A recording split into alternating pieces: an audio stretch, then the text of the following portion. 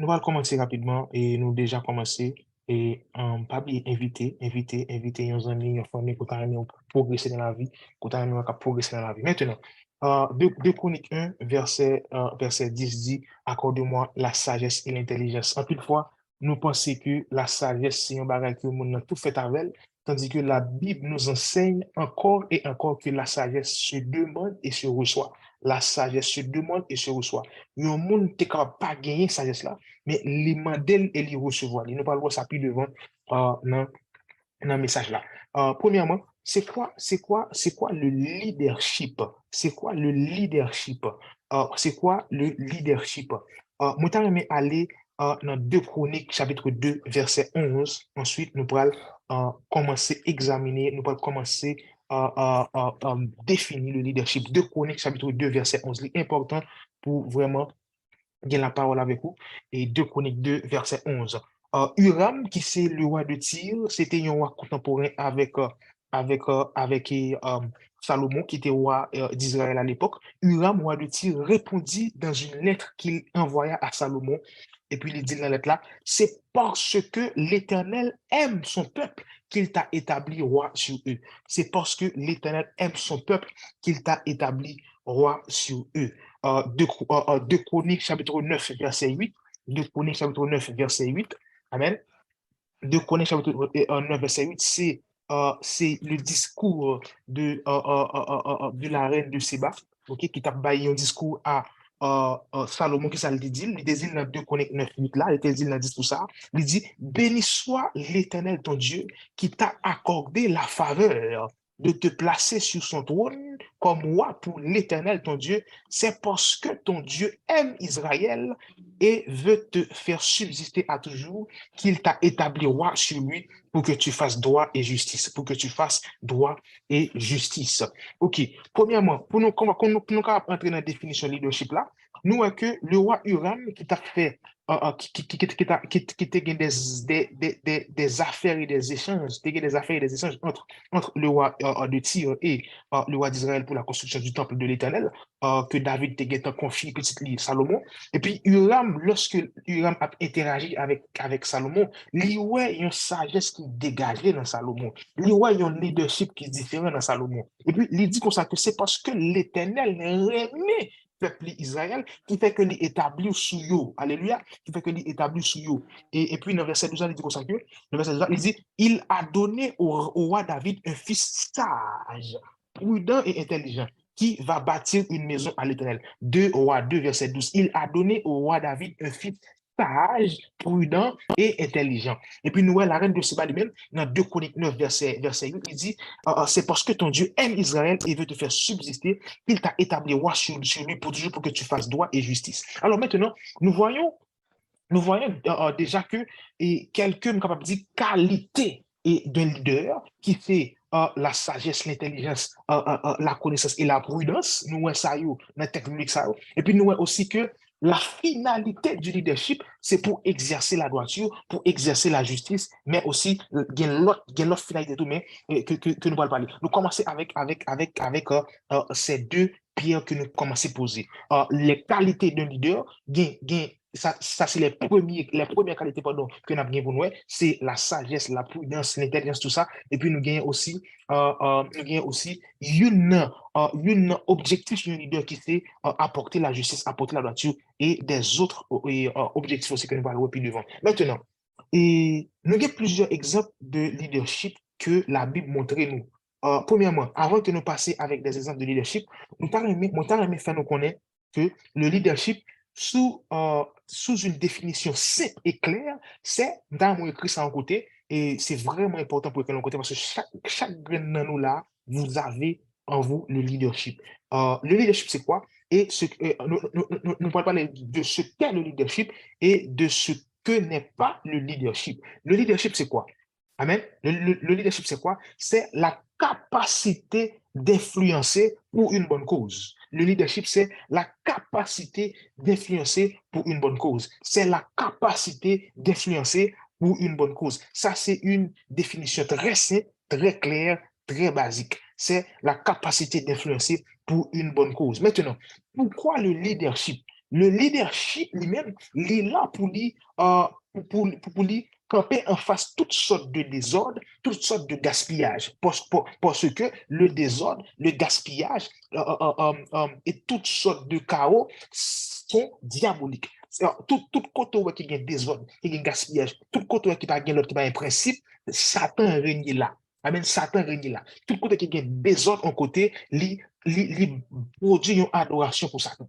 Parce que Satan lui-même, il est là pour faire ça, pour le détruire, pour le ravager, pour le désordonner, pour le voler. Tout ça qui n'est pas bon, Satan lui-même, il prend plaisir dans ça. Satan prend plaisir dans ce qui est désordonné. Alors, un rôle leader, c'est pour lui mettre l'ordre dans le désordre. Un rôle leader, c'est pour lui mettre pas seulement l'ordre environnemental, mais l'ordre aussi dans la mentalité, mais l'ordre aussi dans la vision, mais l'ordre aussi dans l'identité, mais l'ordre aussi dans les relations interhumaines. Alors, nous allons garder tout principe ça, tout, on va regarder tout élément ça que le leadership lui-même est porté avec lui. Alors, nous t'ai dit que le leadership, une définition très basique, c'est qui ça lié, c'est la capacité d'influencer pour une bonne cause. Alléluia. Nous parler de roi Salomon comme étant un roi qui était vraiment doté de sagesse, d'intelligence, de prudence et de toutes sortes de qualités qui permettent d'exercer un bon leadership.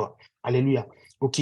OK. Nous parlons maintenant de ce qu'est le leadership et nous parlons des exemples du leadership tout à l'heure. Nous allons parler de ce que n'est pas le leadership.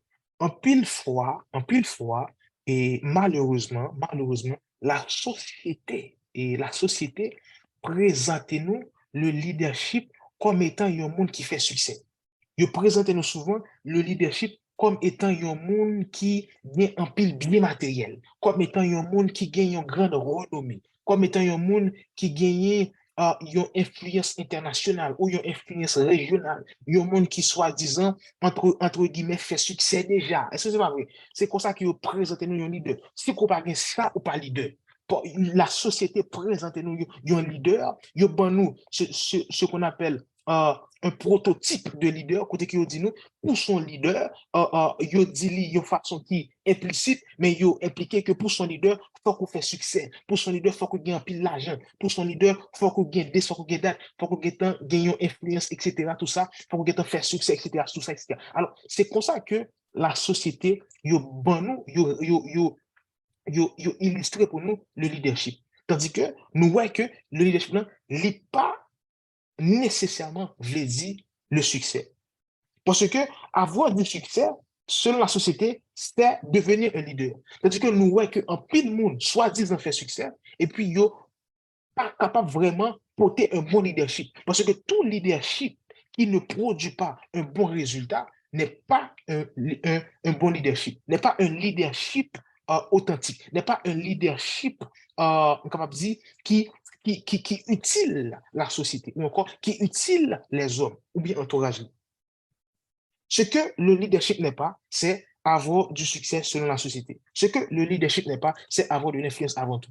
Un leader, c'est un monde qui gagne basiquement,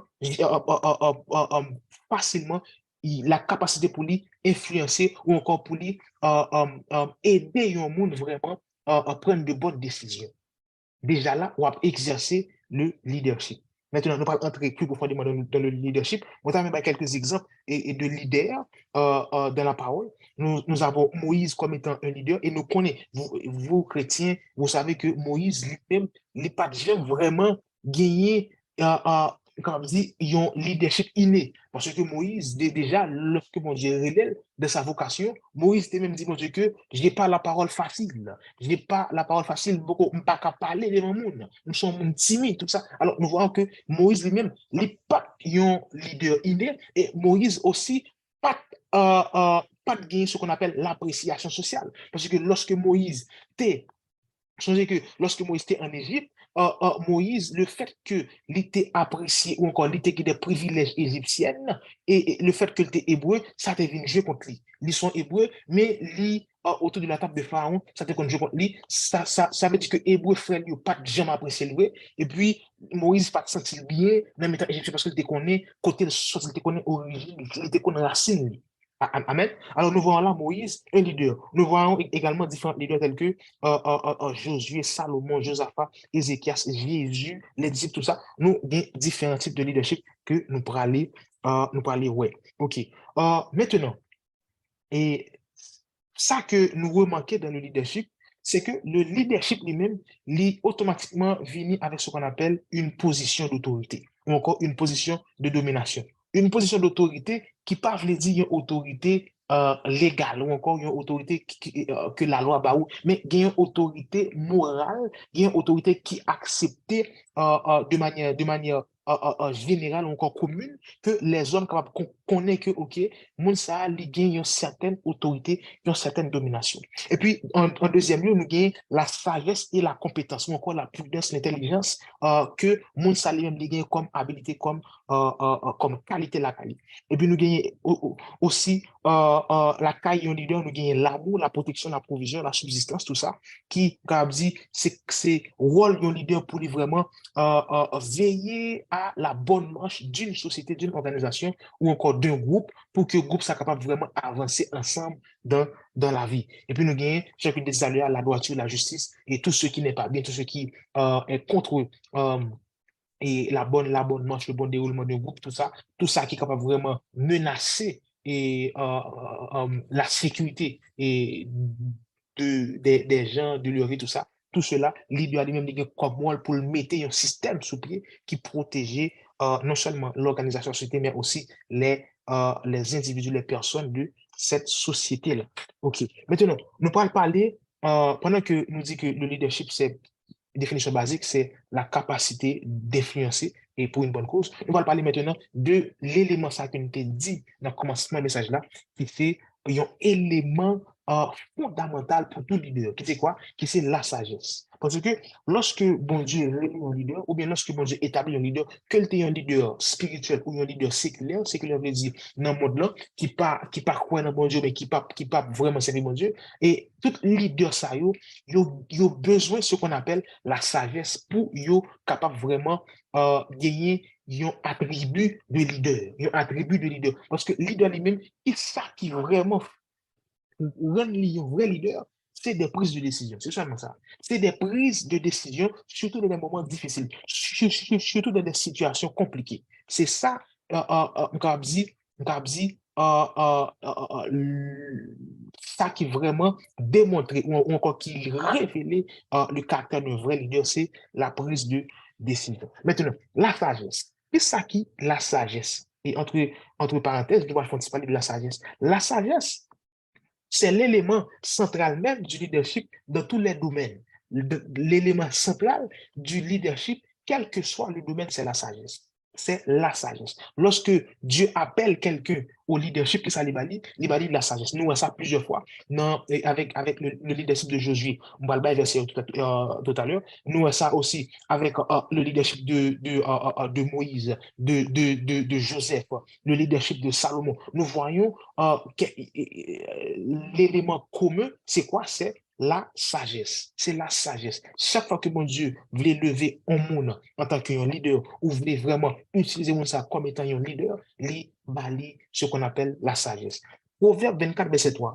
Paul a dit, c'est par la sagesse qu'une maison s'élève et par l'intelligence qu'elle s'affirme.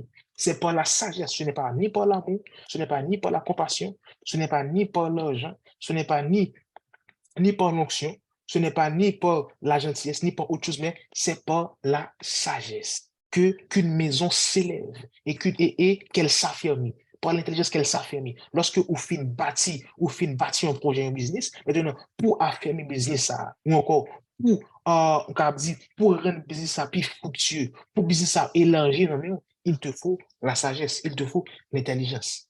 Amen. Et nous parlons pour dire ça, c'est si important pour gagner. Matthieu 7, 24.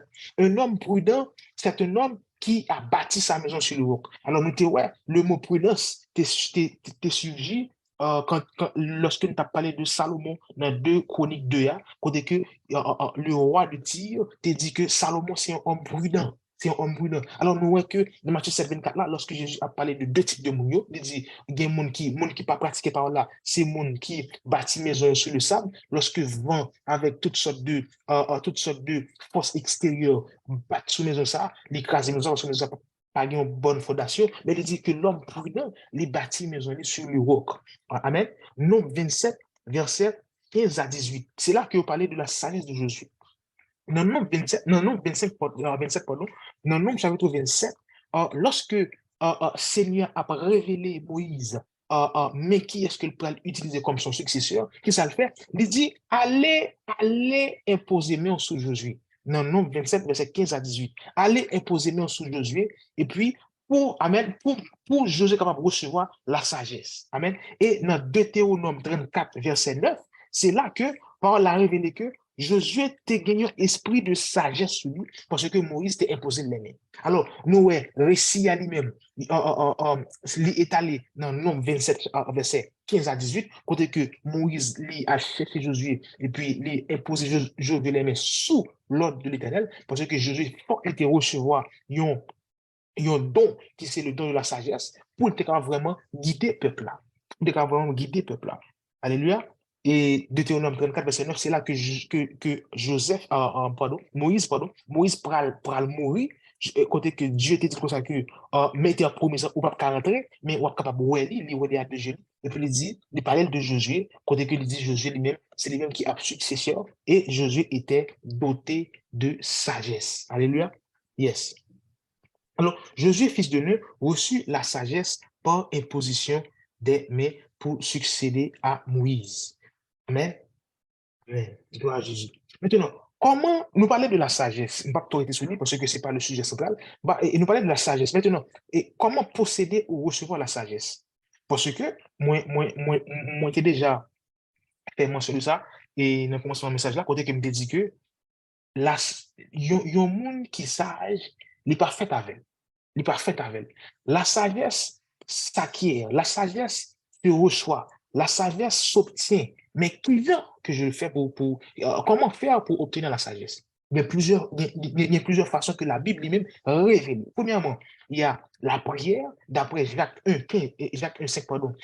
Si quelqu'un manque de sagesse, qu'il la demande à Dieu. Jacques chapitre 1, verset 5, qu'il la demande à Dieu, qui donne à tous simplement et sans reproche. D'après Jacques chapitre 1, verset 5, Amen, l'Éternel baisse sagesse. D'après Proverbe 2, verset 6, ça, ce sont des versets que je suis capable d'appuyer sur ma dire. D'après Proverbe 2, verset 6, l'Éternel donne la sagesse. Bon Dieu, bail à mon qui m'a dit, si que vous remarquez dans l'humilité que vous manquez sagesse que vous faites, vous demandez bon Dieu sagesse. Alors, pareil, même il va faire ça. Mais chrétiens eux-mêmes, nous connaissons que nous demandons bon Dieu sagesse pour toutes sortes de bonnes œuvres. On l'a dit, pour toutes sortes de bonnes œuvres que nous demandons sagesse. Maintenant, deuxième façon pour capable obtenir sagesse, et c'est là que un peu le monde qui pas converti, c'est là que yo cherche sagesse, ça qui vient, yo cherche lui en écoutant.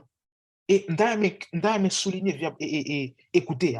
En écoutant, pas veut dire seulement ça qu'entrer dans les oreilles. Écouter, c'est qui ça? Écouter, c'est la recherche d'informations.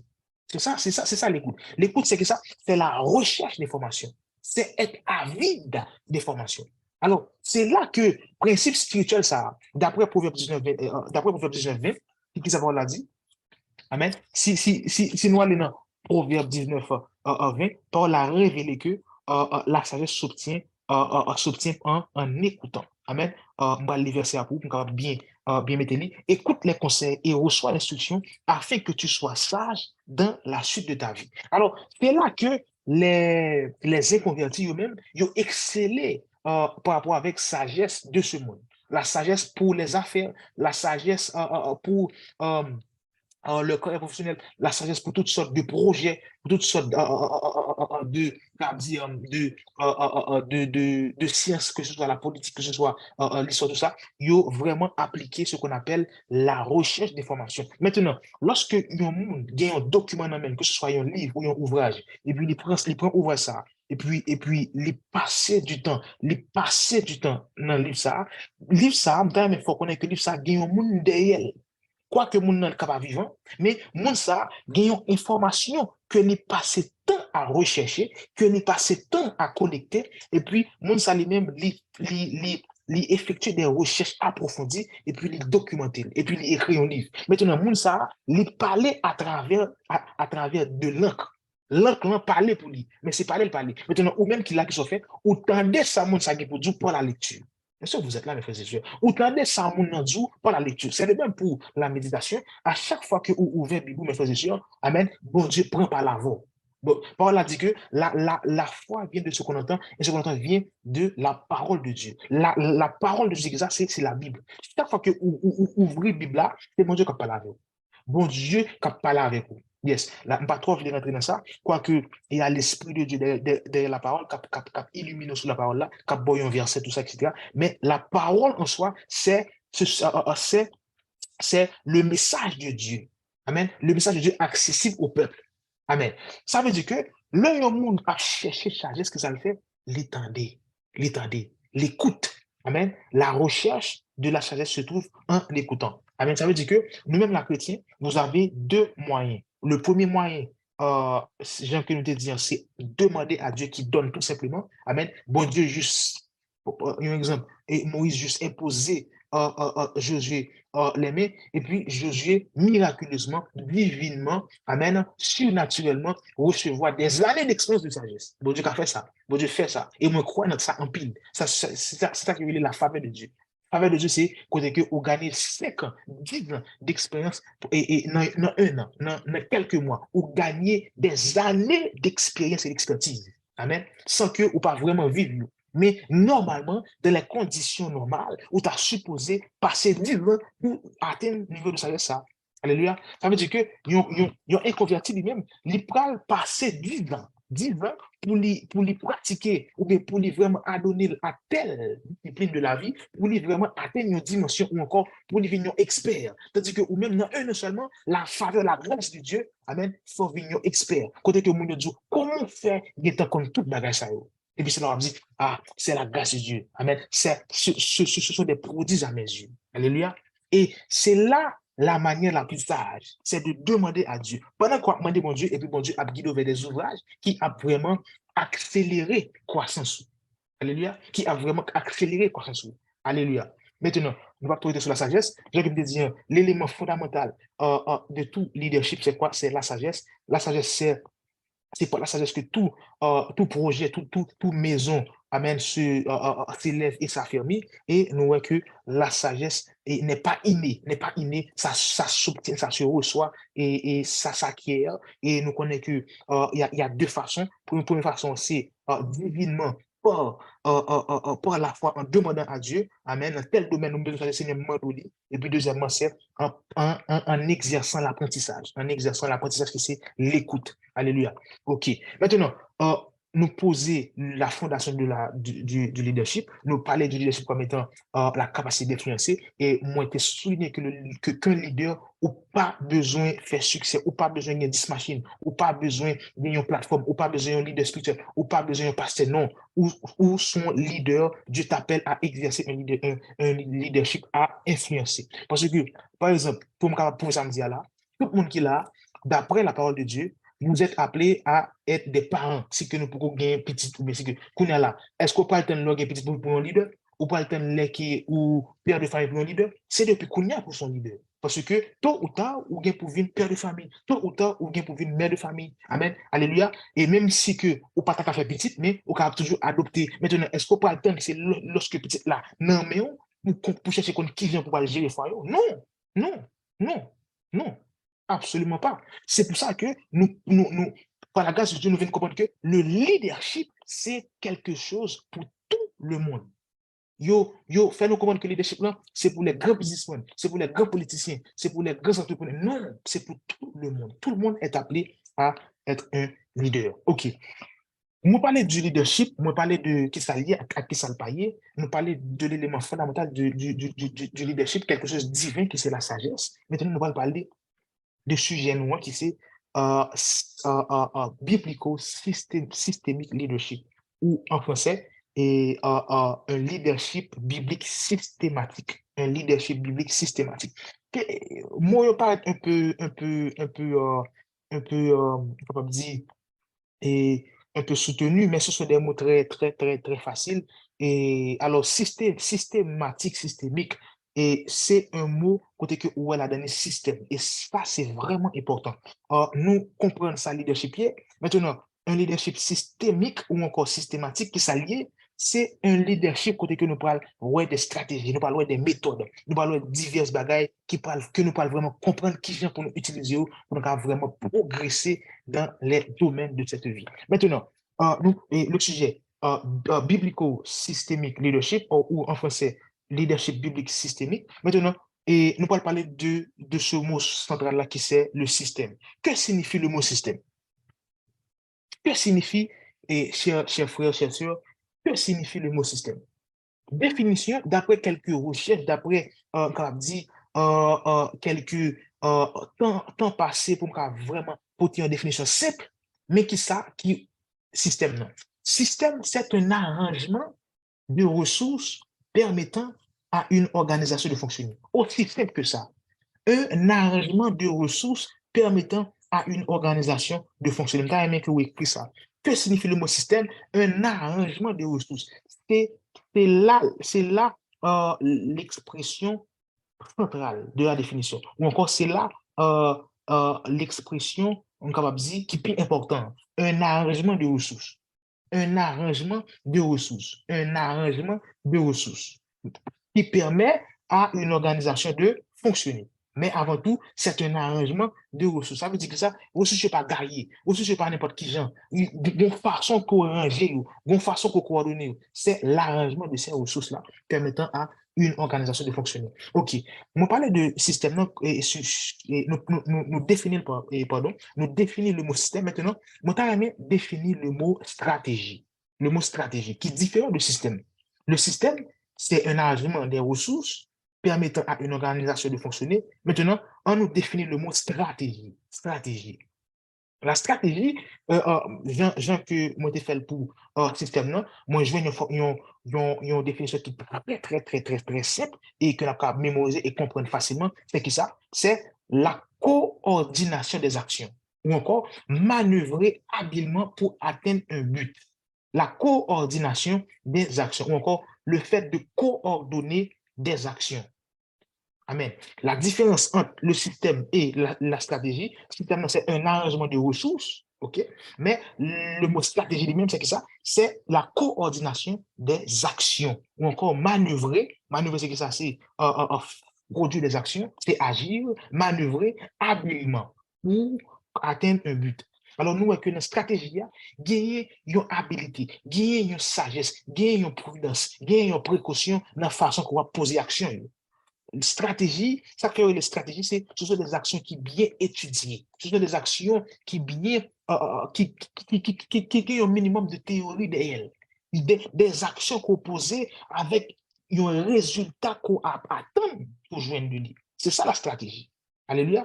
C'est ça la stratégie. OK, maintenant, ces deux principes-là, nous allons avancer avec eux de pair pour nous vraiment comprendre c'est quoi le leadership systématique ou encore le leadership systémique. OK, nous parler de le système et nous parler de la stratégie. Système, stratégie. Alléluia. OK. Ces deux principes dépendent d'abord de la vision du projet. Le mot système dépend de la vision du projet ou encore de la vision du visionnaire et la stratégie aussi dépend de la vision du projet ou du visionnaire. Ça veut dire que système avec stratégie, c'est deux bagailles qui prennent forme dépendamment de vision. Dépendamment de vision, ou peut gagner un système qui découle de vision ça, et ou peut gagner une stratégie qui découle de vision ça. Maintenant, vision, il dépend de qui ça? Vision,